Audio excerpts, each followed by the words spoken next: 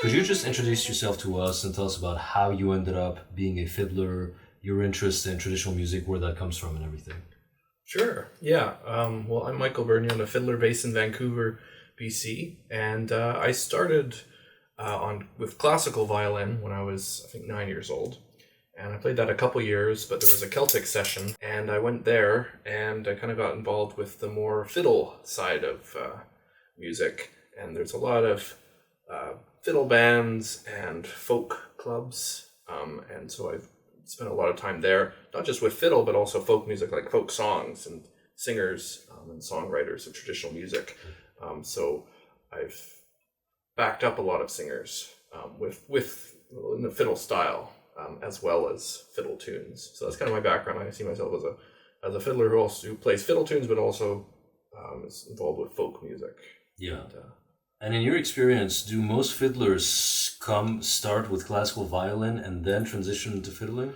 That's more common now. I think back in the day, and I think most people were pretty self-taught about it. It was, you see old videos and people are playing, and they definitely did not have the technique, the training for that. But it's still, it was how they played. I think now it's a lot more common for fiddlers, the newer crop, and like the last 20 years, to have some classical training. And could you talk to us a little bit about actually what is the difference between being a violin player and a fiddler? In French, we say violoniste and violoneux. So if somebody says just violoniste, it means classical violin. If they say violoneux, it's, traditional music. What are some of the tangible differences as a musician yourself? Yeah, well, that's like one of the most common questions I get is, what's the difference between a violin and the fiddle? And the answer is, there's no difference between the instruments are the same. It's just the style of music and the kind of the way you play it. In terms of classical, it would be repertoire from the Baroque, Bach, or Beethoven. For fiddle, it's traditional music, whether that be from Ireland or Scotland or Canada, the States, or Europe, Scandinavia, anywhere where there's folk music. That's basically, you'd call that fiddling, as opposed to playing classical, which would be the umbrella term for all this classical repertoire. And they're quite a bit different in terms of the worlds. Classical is a lot of focus on practicing and recitals and concert halls and playing in an orchestra or chamber music. It's a lot more formal. It's a lot more rigid, maybe in some ways. Fiddling is a lot more,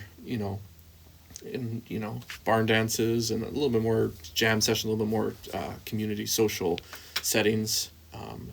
That's kind of but there are crossovers, definitely. The notes are the same in some techniques, it's the same technique, but it'd have its fiddle term that fiddlers would call it, and it's the same thing, but classical people would have their own thing for it. But it's really the same technique. So there is little crossovers, but they are pretty different. I often get I obviously work with traditional music also from all over the world, and I often get people who are more classically trained, and they ask me, where's the sheet music for this? Implying that, I wrote, if it's an original composition, a lot of people who are more classically trained, they assume that there must be sheet music. And I tell them I can't read or write any sheet. And for some people, it's shocking because they think, how can you have an entire career as a musician and everything? And I'm like, because it's traditional music. It's entirely reliant on the ear. And so one of the cool things, especially, you have a very strong ear, because sometimes I send you those songs. One of the things I love about working with you is sometimes if I have the chords, I'll write them down for, but you figure out the chords, even the chord progressions and everything, because you have a very strong ear. Can you talk about that a little bit? The reliance on really just listening rather than having sheet music that dictates, here's the chord progression, just figuring things out by ear. How does that work for you? Yeah, it's nice and it's freeing to be able to do that and not have to rely on sheet music or even a chord chart. Sometimes just knowing the patterns that most songs have in terms of the chords that they'll be going to, and it gives you opportunity to put in different fills and different licks, and when I do songs for you, for instance, a lot of folk songs are pretty repetitive. They have the verse and the chorus, but it's fairly repetitive. But you want to be able to, as a fiddler, you don't want to play the same thing 15 times. You want to switch it up. Yeah. So when I do a song for you, I try to do a slower, droney notes. I have grooves. I have chops, which is actually more of a recent technique that's been introduced into fiddling. So it's maybe not or it's a bit anachronistic maybe. Yeah. But I throw in some chops or some fills, and sometimes a melody or a harmony on top of the words, and it's you can kind of play around a lot more with that, and you're thinking a lot more about the sound, like in terms of just the oral nature of it, as opposed to with music where you're very much like you've got to play a certain piece in a certain time. That's one of the incredible things with this traditional fiddling, is that the fiddle is a melodic instrument, a harmonic instrument. You can do drones, you can like sort of follow the chord progression with these chops and everything. And how do you do that? Like, how do you decide on, here I'm going to do a bit of the melody and everything? Is it very spontaneous basically when you're just doing it? It can be, yeah. Yeah. Yeah, it's like a lot of times I'm not necessarily even hearing the words, or I'm not necessarily paying attention to the words. I'm hearing just the music of it.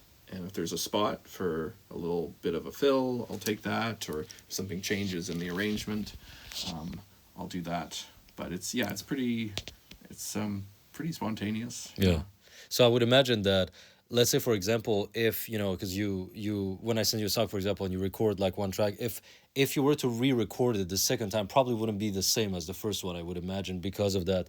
So even like just when you're playing live, actually, I don't think that any two performances will always necessarily be the same. Is there like, in that moment, that day, you felt like doing something and it's not going to be the same as last week when you played the same song? Yeah, exactly. And with fiddle tunes, it's the same thing. You play a tune twice, you never really play it the same way. The bowings might be different. The ornaments, you might do a little variation. You might, forget a part, and then you sort of fill it in somewhere else, and that becomes your new way you play the tune. Yeah. So yeah, it's definitely with fiddling.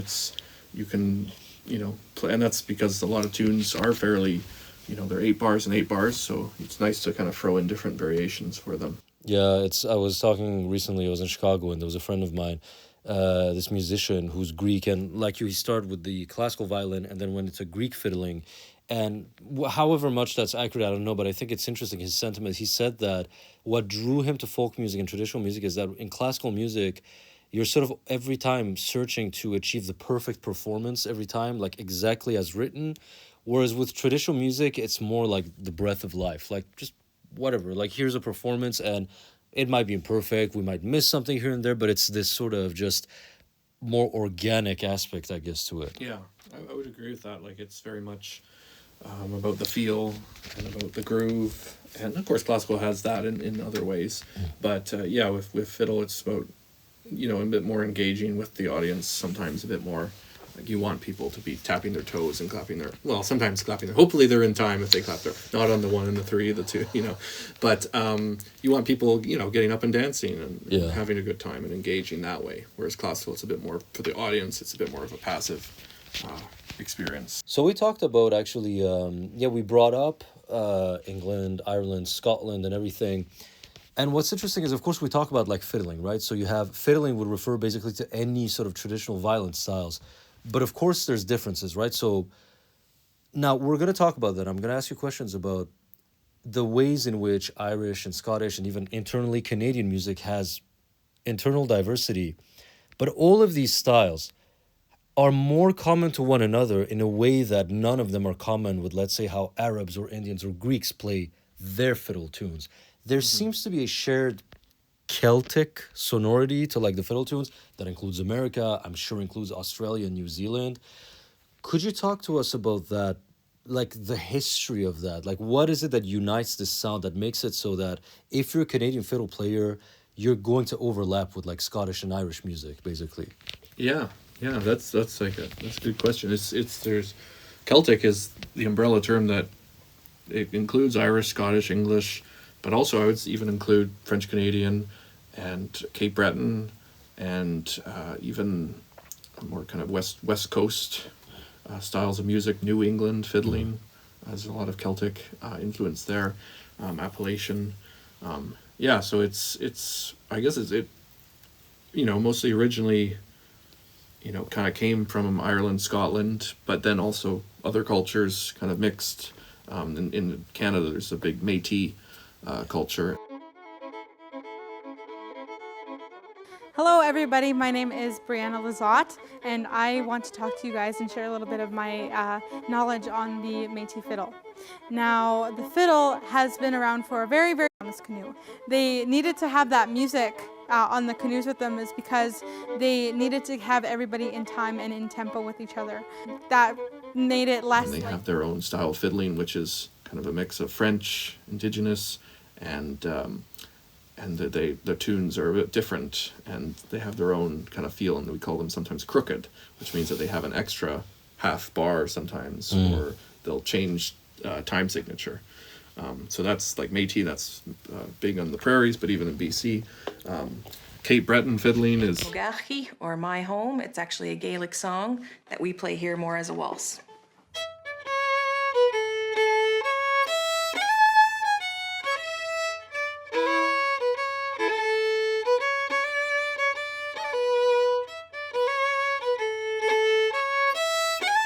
Sometimes people consider Cape Breton fiddling more kind of like authentic, but or more like, or the original, like Scotland. The people that live in Cape Breton are descended from Scots from like 300 or 400 years ago. Then Scotland became a lot more Scottish fiddling. If you go to Scotland, is a lot more classical influence. It's a lot more kind of, there's the good sound and vibrato, and whereas the Cape Breton fiddlers, it's a lot more on the, and that's, I think, what the original fiddling was in Scotland. And it came over to Cape Breton, it kind of stayed, and it kind of stayed more the same, whereas in Scotland, the fiddling became, with, I guess, the monarchy or whatever was happening there, it became a lot more classical. So in some ways, if you go to Cape Breton, you're hearing a more older version of what Scottish fiddling was than if you actually go to Scotland and hear a Scottish band. As somebody who plays that music, in terms of technique and everything, what would you say makes this Celtic sound, this shared sort of sound that comes out of the British Isles, what is it that makes this different from, let's say, how the Romanians or, Romani music and everything, like they also have fiddling, but clearly it would never pass for Irish music. With the instrumentation, like with Celtic, if you have fiddle, a boron, which is like a traditional, like an Irish drum, whistle, diatonic accordion, tenor banjo, we're talking about that, which is a newer addition. A lot of these, like bouzouki as well, like that's obviously a Greek instrument that in the 60s was taken over to Ireland and became an Irish instrument.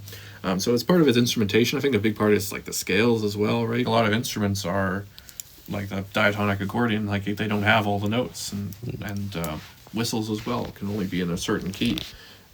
So that you'll be playing a fiddle tune and you'll realize, well, this is never going to this note on this string. It's going to all the other notes. And it's because it wasn't necessarily written on a fiddle. It might have been written on a flute or written on an accordion that just didn't have that note. Oh, that's interesting. I know, because it's kind of a chicken and egg situation. Did the instruments reflect the music, or does the music sort of reflect the instruments? It must. Yeah, it's a bit of both, I guess. Like, some players, they would be limited by what they could do. And one of the things that fascinates me about this Celtic tradition is how strongly it has that sense of modality, of really taking these melodies and ornamenting them and enriching them and everything. How do you, and again, that sort of contrast with what we were talking about with sort of classical music, which I think is more about, making sure that everybody's like on cue and maintains the harmonic progression and everything. Could you talk to us about that as a musician, that understanding of, I'll give you a melody, for example, the song melody, and then you'll add all these crazy, like, all these like expressive gestures and fills and everything. How does that come about? How do you decide, like, adding those notes and everything and those passages that aren't there in the skeleton melody, if you will? Yeah. Well, it's finding the spots where you can fill that. Essentially, like if there's a longer note, sometimes it's nice to, but the melody's going up, you can find some way to get it up there, and yeah, because a lot of the tunes are very, very simple, but the melody or the ornaments you put on top of them is kind of like the icing on the cake, and that's, yeah, you're almost improvising them, like you're not necessarily planning them all out. You're just kind of, when you play the tune, you're like, if something feels like, okay, this could use a roll, which is a type of ornament, or a cut, or any sort of bowed triplet, or a slide, hammer on, hammer off. Like there's a lot of different options, and you, as a fiddler, you're kind of it's a not as much of an improvisation as like improvising a solo, but you're improvising over a melody essentially. But you're playing the melody with an improvisation of ornaments on top of it.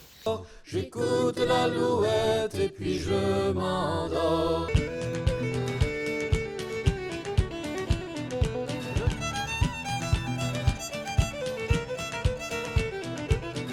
J'écoute l'alouette et puis je m'endors.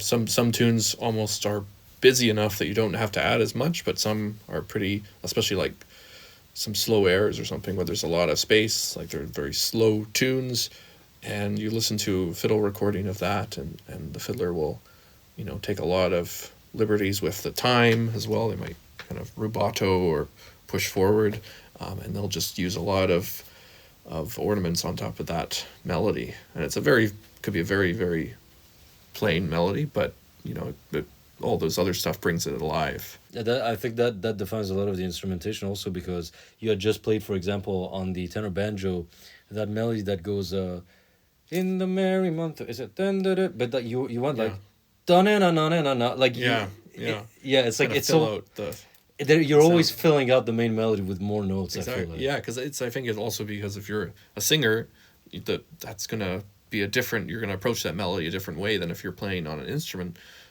I find with a lot of when I'm playing violin for songs, you gotta add the other stuff. Otherwise, you're playing the same note 6 times or something for a lot of songs, because that's where the song is. If you're staying on a pitch for 6 notes, it sounds good when you're singing it, but if you're playing on violin, it can sound very like one of those Robotic. yeah, like a classical cover of a pop song or something that you see on YouTube. And it's like, it's like you gotta kind of add a bit more to it. Because the instrument is not constrained by the natural prosody of language. Obviously, like when Yeah. you're singing, you're constrained by the prosody of the language, whatever language you're singing in. And I've always wondered also, like, how much of it, if like the way that the violin is played in our traditions owes something to the natural rhythms of maybe Gaelic, for example, that in some way, the Gaelic languages.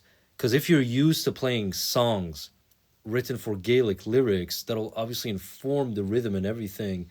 And I wonder if even divorced from the language, that sort of somehow stays in the DNA of the tradition. I think so. Yeah, like a lot of fiddle tunes were originally songs, or it's another chicken egg. You don't know which if the melody or the song came first, and could be different, but depending on the piece. But yeah, a lot of fiddle tunes have words to them if you go back far enough. And In fiddling, like we were talking about the fact that you can sort of go in and out of being a melodic instrument versus a harmonizing instrument and everything.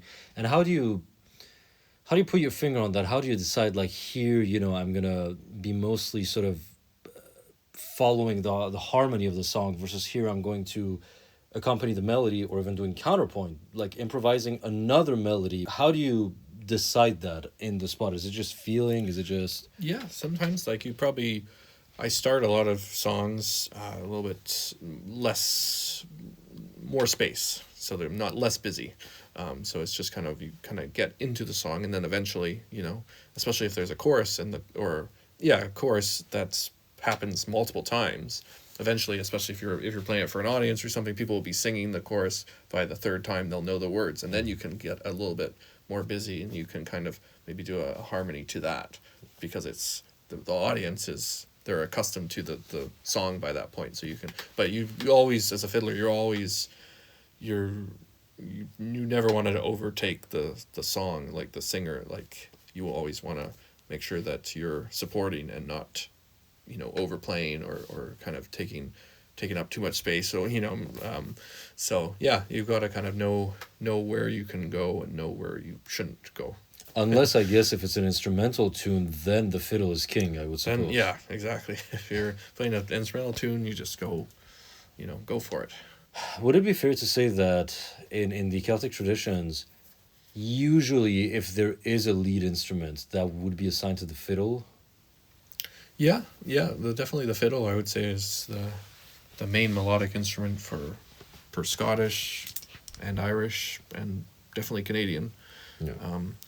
But obviously, like Scotland, there's bagpipes that are pretty common. But yeah, I mean, the fiddle is definitely Yeah, I think king that's of the the melody. that's the one thing I think that didn't cross over the bagpipes. We don't. Thankfully, no, I'm joking. We love our bagpipe. Yeah, because even France has bagpipes traditionally and everything. Yeah. Ireland, England did, but none of them really seem to have, or if they did historically, they died out. I mean, we don't really have a bagpipe tradition here in Canada. Not its own. There's bagpipers and pipe bands, but it's imported from Scotland, and it's kind of the same as it would be in Scotland. But yeah, it hasn't really evolved. Now, we were talking about the fact that. Could you talk about a little bit about the diversity? So we talked about this, what connects sort of these variegated Celtic traditions, what they have in common. Could you go into a few examples and details of how you, as a player of them, because you obviously you've learned to approach Irish music, to play Scottish, French, Canadian, and everything. Let's start with French Canadian, for example. In your experience, what is it that makes? Because there's this video and I'm going to link it. It's interesting. It's you playing the same tune, but it's like 7 different styles, I think. Yeah. So what makes, for example, like what makes it a French Canadian style of playing versus a non-French Canadian style, for example? What would be the components there? Yeah, well, French Canadian style, I think a big part of it is the feet or the pas de rythme. That's every French reel, will have that. And that definitely, when you learn to do that and you learn to play the fiddle with that, when you do that, it does help the way you interpret the tune. So that's a massive part of, I think, that style. And yeah, I'm not an expert, but I know some of my favorite French Canadian fiddlers are Andre Brunet and Pascal Gem, and going back, there's Jean Carignan, who was a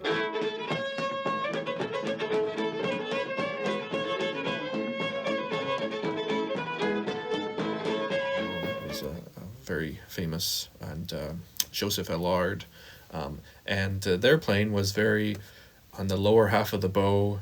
Kind of, they would really dig in to a lot of. They'd have a lot of double stops as well, a lot of drone notes with the other strings, a lot of cross tuning. So they'd tune the fiddle, up a step, or they'd have it tuned to a chord. So there was a lot of tunes like that. A lot of pretty actually, complicated bowing for a lot of tunes like ricochet bowing and left-handed pizzicato and stuff like that. And with French, I think it's the feet is big, really getting a nice kind of lower half of the bow groove for that, and just having this lightness, this sort of bounce that you don't really hear anywhere else except French Canadian fiddler.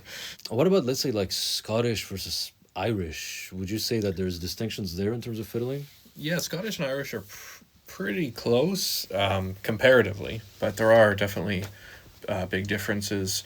The Scottish have their own. There's own types of tunes called strathspeys, which is, and a lot of Scottish fiddling is derived from bagpipes, and that's where you get a lot of the ornaments is from those bagpipe ornaments.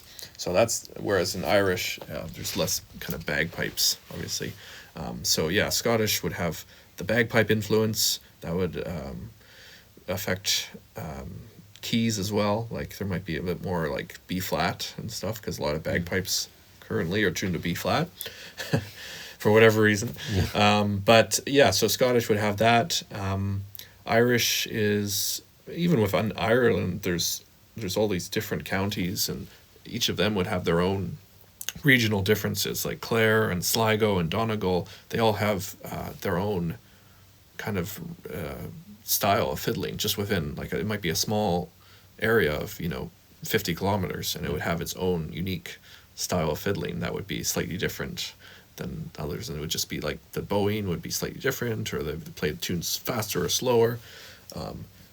Parts of Ireland, like Donegal, would be maybe being closer to Scotland, would be a bit more influenced by Scottish fiddling as well. So yeah, there's all these interesting, and then you can even, I think it's kind of endless, because I'm sure that, like, between two villages in the same county in Ireland, probably they have their small differences. And then there's also the chronological question that how they play today is probably slightly different from the old style of, let's say, back in those old recordings from the early 1900s and everything. And so there's Yeah. just these infinite variations, I It think. would go back and forth, even across the Atlantic, because a lot of Irish fiddling today was influenced by Chicago fiddling. There's Irish would be there in like the 1920s. There's Michael Coleman, who's a well-known Irish fiddler from that time period, and a lot of Irish music today actually comes from there, and a lot of like the tunes themselves come from the Irish in Chicago, and they're now played back in Ireland, and they're played all over as well. That's an interesting point you bring up, because we often imagine this Celtic tradition as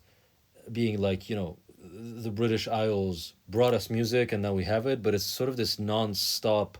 It goes back and forth. Yeah, Atlantic. Circular. Yeah. Yeah, like the Cyclical. fact that they use the banjo, for example, right? Like that's ultimately comes out of North America, which has like these African roots, and so North America, the banjo emerges, and then it goes back to Ireland and everything. There's I think it's called Transatlantic Sessions, and that was a group of Scottish, Irish, and American musicians, and they came together. This is about maybe 10 or 15 years ago, kind of like the best people in their fields, and you have bluegrass players and Scottish and Irish, and they would come and they would play. They did a few like concerts and videos you can find. So yeah, transatlantic, that whole sort of. Would you say, if we were to go even more like granular within Canada, for example, are there sort of regional, outside of the French-Canadian difference, which I think is obviously sort of more pronounced, would you say that between different styles of English-speaking Canada, there would be also like differences in style and everything? Yeah, a little bit. Like the prairies have their own old-time style of fiddling, which is a little bit different than like the Ottawa Valley. So the prairies would be a bit more influenced by Métis and also Ukrainian types of tunes that are slightly different, and some kind of minor tunes as well, which a lot of fiddle music is. A lot of fiddle music major, and the ones that are minor tend to be Dorian, as opposed to like natural minor. But yeah, there's some Ukrainian, there's some big Métis influence as well. But then there's also that sort of Don Messer influence as well. Like Don Messer had a TV show back in the 50s called Don Messer's Jubilee, and it was the second most popular TV show in Canada, next to Hockey Night in Canada. I think it was the most popular. But that was across Canada, so everyone knew Don Messer and everyone played his tunes, and that's really kind of influenced a lot of fiddlers since then. So there's definitely Don Messer influence, and then the Ottawa Valley would definitely Don Messer and other fiddlers like Ned Landry, Ward Allen, and they would write a lot of tunes that got played, and there's a big fiddle contest scene as well.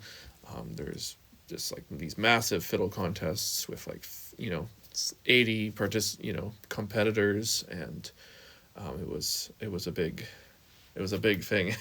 Yeah. Yeah. That's interesting. You brought this idea that there's this show that's so famous, because this, as an ethnomusicologist, this is something that I always have to sort of grapple with, the fact that we live in a fundamentally different world than the world that originally shaped the music that we inherited. Now, with mass communication, with the advent of radio, the internet, and everything, this will forever change how these traditions develop organically, because back then, in order to have Irish influence on, let's say, the prairies, 200 years ago, you needed Irish people to go there, and now you can have Irish influence. I mean, the Balran, for example, some Quebec bands have started adopting it because they heard it in Irish music, and they can just buy one. And I did this video on Quebec traditional music, and I said, the Balran right now is in this great spot where, like, maybe in 50 years, it's going to become an authentic Quebec instrument. It's not there yet because it's not sort of systematized, let's say, the way that the fiddle is. Mm-hmm. But the fiddle had to enter our tradition. I mean, if you go back to the times of Jacques Cartier, it was like the hurdy-gurdy and everything. There was no fiddle back then, And so everything that we use now was once, the fiddle comes out of, like, Italy, I think. The Irish didn't have that. 2,000 years ago. So the traditions, came from somewhere, and there was something before it. Like in a lot of like English churches, we think of the organ as being like the classic instrument always in every church. But before the organ, there was actually a band which would have a fiddler in it. So this is about like the early 1800s, and so they'd have a double bass, a fiddle, and and that would be that would be the orchestra that would Yeah. accompany the mass at the church, and then they got phased out and got replaced by the organ. That's And Thomas interesting. Hardy is a novelist and poet, and a lot of his stories kind of deal with this sort of the kind of what the changes that were happening at that time. That, you know, even like the railway coming in, that was like a huge thing. People were like, no, you know, and now we think railway, like, that's old. But Yeah, for yeah. the people that, you know, that it was built under, it was like this newfangled thing. It would never catch on.